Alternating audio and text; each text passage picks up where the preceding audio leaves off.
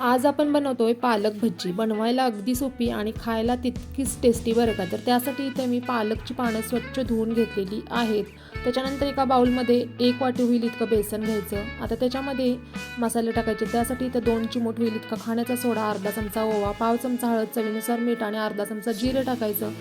बारीक चिरून ओली कोथिंबीर टाकायची आणि 2 चमचे कडकडीत गरम तेल या बेसनमध्ये टाकायचं.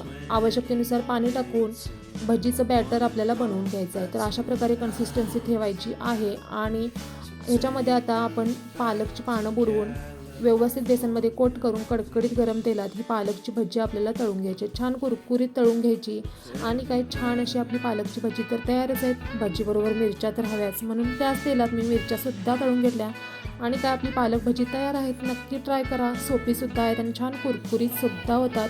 चला तर मग पटकन ट्राय करा आणि रेसिपी आवडली असेल तर व्हिडिओला लाईक आणि चॅनलला सबस्क्राईब करा.